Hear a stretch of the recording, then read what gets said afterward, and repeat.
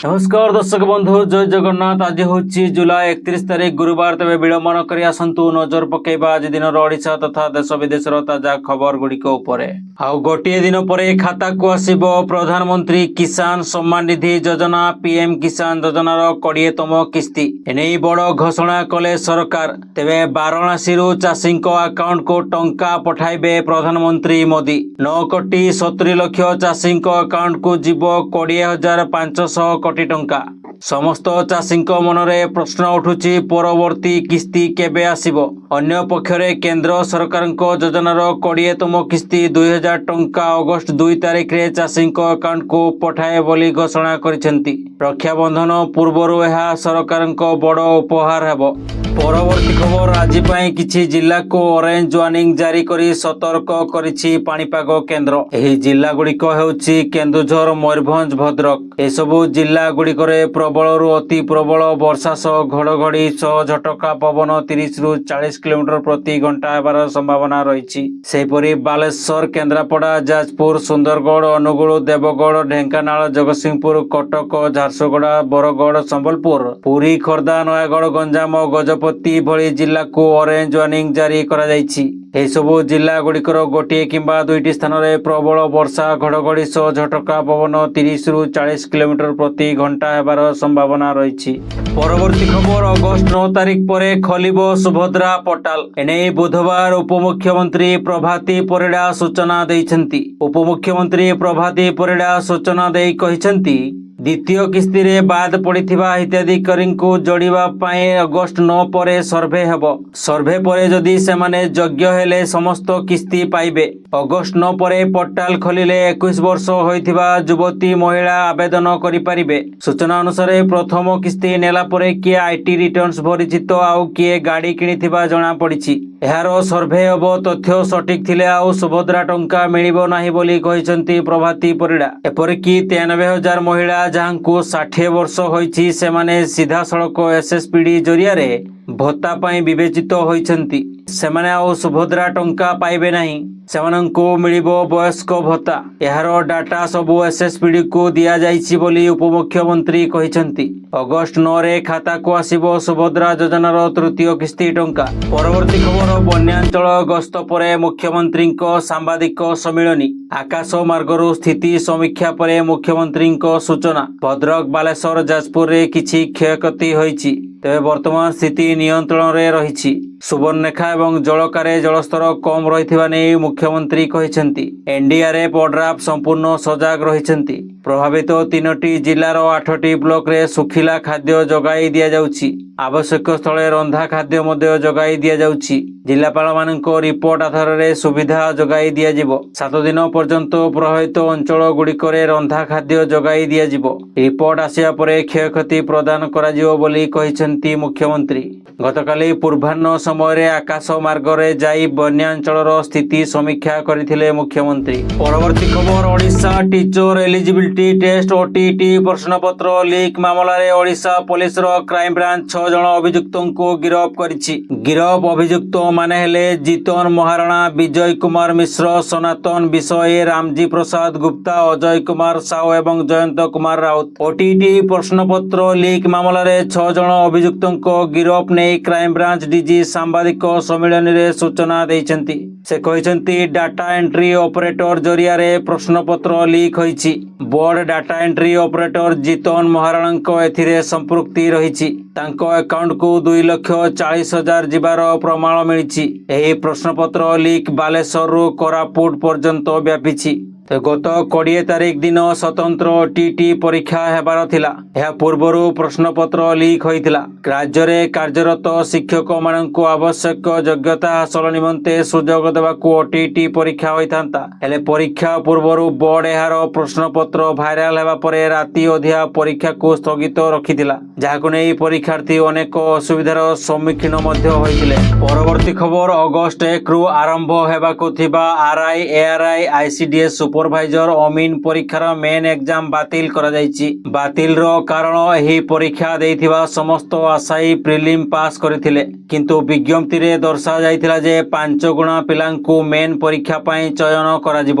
ଏହାକୁ ଚ୍ୟାଲେଞ୍ଜ କରି petition file କରାଯାଇଥିଲା। ଏହି ମାମଲାର ଶୁଣାଣି ଜଣିକିଆ ଖଣ୍ଡପୀଠ ଜଷ୍ଟିସ ବିରଜା ପ୍ରସନ୍ନ ଶତପଥୀ କରିଥିଲେ। ଏହି ପରୀକ୍ଷା ପାଇଁ ଅନ୍ୟ ଆଶାୟୀମାନେ ଆବେଦନ କରିପାରିବେ ନାହିଁ। କେବଳ ଯେଉଁମାନେ ଏହି ପରୀକ୍ଷା ପାଇଁ ପୂର୍ବରୁ ଆବେଦନ କରିଥିଲେ ସେମାନେ ହିଁ ଏହି ପରୀକ୍ଷା ଦେଇପାରିବେ। ପୁନଃ ପ୍ରିଲିମ୍ ପରୀକ୍ଷା ହେବ। ଏହି ସମସ୍ତ ପ୍ରକ୍ରିୟା ଶୀଘ୍ର ସାରିବାକୁ କୋର୍ଟ ନିର୍ଦ୍ଦେଶ ଦେଇଥିବା ଜଣାପଡ଼ିଛି। ଏଥିରେ ଆର୍ଆଇ, ଏଆର୍ଆଇ, ଅମିନ, ଆଇସିଡିଏସ୍ ସୁପରଭାଇଜର ପ୍ରିଲିମ୍ ପରୀକ୍ଷା ରଦ୍ଦ କରିଛି OSSSC। OSSSC ପକ୍ଷରୁ ଅଗଷ୍ଟ 15 ସୁଦ୍ଧା ପ୍ରିଲିମ୍ ପରୀକ୍ଷା ନେଇ ବିଜ୍ଞପ୍ତି ପ୍ରକାଶ ପାଇପାରେ ବୋଲି ଜଣାପଡ଼ିଛି। ପରବର୍ତ୍ତୀ ଖବର ଆସନ୍ତା 1 ରୁ 11 ଯାଏଁ ରାଜ୍ୟରେ ଚାଲିବ ଆସ ବୁଲିଯିବା ଅଙ୍ଗନବାଡି କାର୍ଯ୍ୟକ୍ରମ। ଏନେଇ ସୂଚନା ଦେଲେ ଉପମୁଖ୍ୟମନ୍ତ୍ରୀ ପ୍ରଭାତୀ ପରିଡ଼ା। ଅଭିଭାବକ ଏବଂ ସାଧାରଣ ଲୋକ ଅଙ୍ଗନବାଡି କେନ୍ଦ୍ର ଯାଇ ସ୍ଥିତି ପରଖିବେ। ସେମାନଙ୍କ ମତାମତକୁ ନେଇ ଅଙ୍ଗନବାଡି ଭିତ୍ତିଭୂମି ଆହୁରି ସୁଦୃଢ଼ କରାଯିବ ବୋଲି ଉପମୁଖ୍ୟମନ୍ତ୍ରୀ କହିଛନ୍ତି। ଅସମ ଆପ୍ ଜରିଆରେ ବିଭିନ୍ନ ବିଷୟରେ ଫିଡବ୍ୟାକ୍ ଦେଇପାରିବେ ସାଧାରଣ ଲୋକେ। ପ୍ରକାଶ ଥାଉ କି ଅଙ୍ଗନବାଡିକୁ ସଶକ୍ତ କରିବାକୁ ସ୍ୱତନ୍ତ୍ର ଆପ୍ ଅସମ ଲଞ୍ଚ କରାଯାଇଛି। ଏହି ଆପ୍ ମାଧ୍ୟମରେ ସମସ୍ତ କାର୍ଯ୍ୟ କରିବେ ଅଙ୍ଗନବାଡି କର୍ମୀ। ଆପ୍ ଦ୍ୱାରା ସାଧାରଣ ଲୋକ ଏବଂ ଅଭିଭାବକ ଫିଡବ୍ୟାକ୍ ଦେଇପାରିବେ। ଆପ୍ର ବିକାଶ ପାଇଁ NIPCCD ସହ ମହିଳା ଏବଂ ଶିଶୁ ବିକାଶ ବିଭାଗର MU ହୋଇଥିବା ପ୍ରଭାତୀ ପରିଡ଼ା କହିଛନ୍ତି। ପରବର୍ତ୍ତୀ ଖବର ଅପପୁଷ୍ଟିକୁ ନେଇ ଓଡ଼ିଶା ପୂର୍ବରୁ ବେଶ୍ ନିନ୍ଦିତ ହୋଇଛି, ତଥାପି ରାଜ୍ୟରୁ ଦୂର ହୋଇନି ଅପପୁଷ୍ଟି। ଜାତୀୟ ହାରଠାରୁ କମ୍ ଥିଲେ ବି ରାଜ୍ୟର ପ୍ରାୟ 1/3 ଶିଶୁ ଅପପୁଷ୍ଟିର ଶିକାର ହେଉଛନ୍ତି। ମୁଖ୍ୟମନ୍ତ୍ରୀ ନଗଡ଼ାର ଉଦାହରଣ ଦେଇ ଉଦ୍ବେଗ ପ୍ରକାଶ କରିଥିଲେ। ଉପମୁଖ୍ୟମନ୍ତ୍ରୀ ପ୍ରଭାତୀ ପରିଡ଼ା ମଧ୍ୟ ଏନେଇ ଚିନ୍ତା ପ୍ରକଟ କରିବା ସହ ବିଭାଗୀୟ ଅଧିକାରୀଙ୍କୁ ତାଗିଦ କରିଛନ୍ତି। ରାଜ୍ୟରେ ଏବେ ବି ଅନେକ ଅଞ୍ଚଳ ରହିଛି ଯେଉଁଠି ପିଲାମାନେ ଦିଓଳା ଦିମୁଠା ଭଲ ଖାଇବା ପାଉନାହାନ୍ତି। ଯାହା ଖାଉଛନ୍ତି ସେମାନଙ୍କ ପାଇଁ ଯଥେଷ୍ଟ ହେଉନି, ଯାହାଫଳରେ ଏବେ ବି ରାଜ୍ୟର ହଜାର ହଜାର ଶିଶୁ ଅପପୁଷ୍ଟିର ଶିକାର ହେଉଛନ୍ତି, ଯେଉଁଥିପାଇଁ ଓଡ଼ିଶା ବାରମ୍ବାର ଅପଖ୍ୟାତି ମୁଣ୍ଡାଉଛି। ଏହାକୁ ନେଇ ଉଦ୍ବେଗ ପ୍ରକାଶ କରିବା ସହ ରାଜ୍ୟକୁ ଅପପୁଷ୍ଟି ମୁକ୍ତ କରିବାକୁ ଆହ୍ୱାନ ଦେଇଛନ୍ତି ଉପମୁଖ୍ୟମନ୍ତ୍ରୀ ତଥା ମହିଳା ଓ ଶିଶୁ ବିକାଶ ମନ୍ତ୍ରୀ ପ୍ରଭାତୀ ପରିଡ଼ା। ପରବର୍ତ୍ତୀ ଖବର ଆମେରିକା ରାଷ୍ଟ୍ରପତି ଡୋନାଲ୍ଡ ଟ୍ରମ୍ପ ଭାରତ ଉପରେ 25% ତାରିଫ ସହ ଅଗଷ୍ଟ 1 ତାରିଖରୁ ଜରିମାନା ଆଦାୟ କରିବାକୁ ଘୋଷଣା କରିଛନ୍ତି। ଟ୍ରମ୍ପ କହିଛନ୍ତି ଭାରତ ଆମେରିକାର ବନ୍ଧୁ ହୋଇଥିଲେ ବି ବ୍ୟବସାୟିକ କ୍ଷେତ୍ରରେ ଆମର ବଡ଼ ସହଯୋଗୀ ନୁହେଁ। ସେ ଆହୁରି କହିଛନ୍ତି ଭାରତ ଅନ୍ୟ ଦେଶମାନଙ୍କ ତୁଳନାରେ ସବୁଠୁ ଅଧିକ ତାରିଫ ଲଗାଉଛି। ଏହାସହ ଭାରତର ନନ୍ ସାନିଟାରୀ ସାମଗ୍ରୀର କିଣାବିକା ବେଶ୍ ଜଟିଳ ଏବଂ ଆପତ୍ତିଜନକ। ଏହି କାରଣରୁ ଭାରତ ଏବଂ ଆମେରିକା ମଧ୍ୟରେ ବ୍ୟବସାୟ ସୀମିତ ରହିଛି। ପରବର୍ତ୍ତୀ ଖବର ରଦ୍ଦ ହେଲା ଭାରତ ଓ ପାକିସ୍ତାନ ମ୍ୟାଚ୍। ଭାରତ ଏବଂ ପାକିସ୍ତାନ ମଧ୍ୟରେ ହେବାକୁ ଥିବା ମ୍ୟାଚ୍ ଏବେ ହେବ ନାହିଁ। ଭାରତ ଏବଂ Pakistan world championship of legends ଅର୍ଥାତ୍ WCL ର ସେମିଫାଇନାଲରେ ଏକ ମ୍ୟାଚ୍ ଖେଳିବାର ଥିଲା, ଯାହା ଏବେ ହେବ ନାହିଁ। ଜାଣିବାକୁ ମିଳିଛି ଯେ ଭାରତୀୟ ଖେଳାଳିମାନେ ଏହି ମ୍ୟାଚ୍ରେ ଖେଳିବାକୁ ମନା କରିଦେଇଛନ୍ତି। ଏହା ସହିତ ଏହି ଟୁର୍ଣ୍ଣାମେଣ୍ଟରେ ଭାରତୀୟ ଦଳର ଯାତ୍ରା ଶେଷ ହୋଇଯାଇଛି। ଏହା ପୂର୍ବରୁ ମଧ୍ୟ ଲିଗ୍ ପର୍ଯ୍ୟାୟ ମ୍ୟାଚ୍ ଅନୁଷ୍ଠିତ ହୋଇପାରିନଥିଲା। ପରବର୍ତ୍ତୀ ଖବର ଆନ୍ଧ୍ର ଶ୍ରୀହରିକୋଟାରୁ ହେଲା ନିସାର ଉପଗ୍ରହର ଉତ୍କ୍ଷେପଣ। ମହାକାଶ ବିଜ୍ଞାନରେ ବୈପ୍ଳବିକ ପରିବର୍ତ୍ତନ ପାଇଁ ଗତକାଲି ଲଞ୍ଚ ହେଲା ସାଟେଲାଇଟ୍ ନିସାର। ବିଶ୍ୱର ସବୁଠାରୁ ଦାମୀ ସାଟେଲାଇଟ୍ ନିସାରକୁ ନାସା ଏବଂ ଇସ୍ରୋର ମିଳିତ ଉଦ୍ୟମରେ ଲଞ୍ଚ କରାଗଲା। ଶ୍ରୀହରିକୋଟା ସ୍ଥିତ ସତୀଶ ଧବନ ମହାକାଶ କେନ୍ଦ୍ରରୁ ଉତ୍କ୍ଷେପଣ କରାଗଲା। GSLV F-16 ରକେଟ୍ ଦ୍ୱାରା ସାଟେଲାଇଟ୍ ନିସାରର ଉତ୍କ୍ଷେପଣ କରାଗଲା। ଭୂପୃଷ୍ଠରୁ 743 କିଲୋମିଟର ଉଚ୍ଚରେ ପୃଥିବୀର ଚକ୍କର କାଟିବ ଏହି ସାଟେଲାଇଟ୍। 12 ଦିନରେ 1273 ପୃଥିବୀର ଚକ୍କର କାଟିବ ନିସାର ସାଟେଲାଇଟ୍। ପୃଥିବୀରେ ଦ୍ରୁତ ଗତିରେ ହେଉଥିବା ପାଣିପାଗ ପରିବର୍ତ୍ତନକୁ ବୁଝିବା ପାଇଁ ସକ୍ଷମ ନୁହେଁ ପାରମ୍ପରିକ ସାଟେଲାଇଟ୍। ଆଉ ଏହାକୁ ଦୃଷ୍ଟିରେ ରଖି ନିସାରକୁ ବିକଶିତ କରିଛନ୍ତି ବୈଜ୍ଞାନିକ।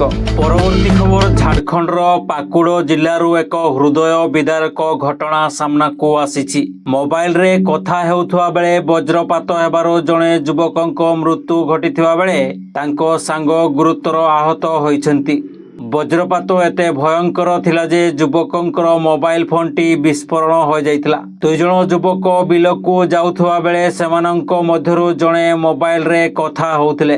ହଠାତ୍ ବର୍ଷା ସହ ଆକାଶରୁ ବଜ୍ରପାତ ହୋଇଥିଲା ଏବଂ ତାଙ୍କ ମୋବାଇଲଟି ବ୍ଲାଷ୍ଟ ହୋଇଯାଇଥିଲା।